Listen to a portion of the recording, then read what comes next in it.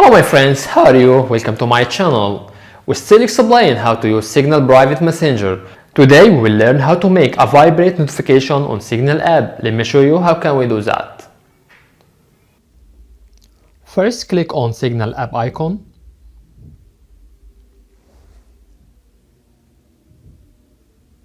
Press on three dots which showing on top right.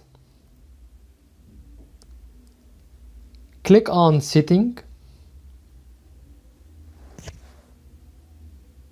Press on Notification.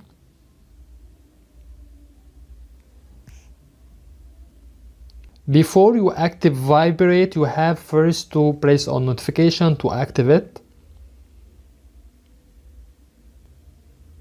After that, click on Vibrate.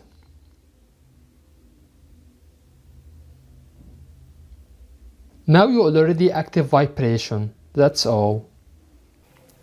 If this is your first time watching my videos, please make sure to hit subscribe to get all new videos. Also consider like, share and comment, and we will do our best to respond to all comments as soon as possible. Thank you for watching and see you in the next video. Bye bye.